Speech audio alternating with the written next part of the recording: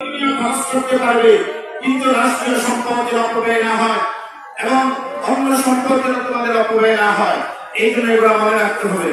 ইবাদুর রহমানের ক্ষেত্রে তোমাদেরকে হত্যা থেকে ফিরে আসতে হবে, ব্যভিচার থেকে ফিরে আসতে হবে।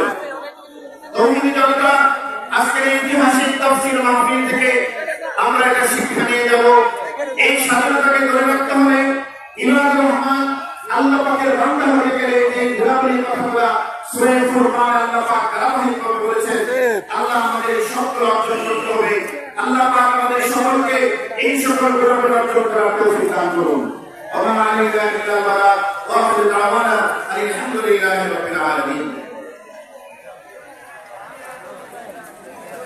ধন্যবাদ বন্ধুকে, সবাইকে উপস্থিতি এরপরে গুরুত্বপূর্ণ কাজ করবেন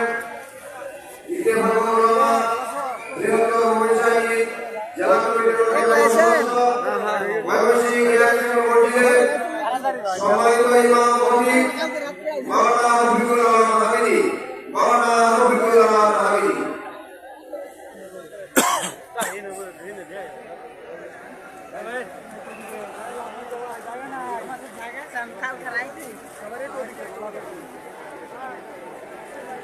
আসসালামু আলাইকুম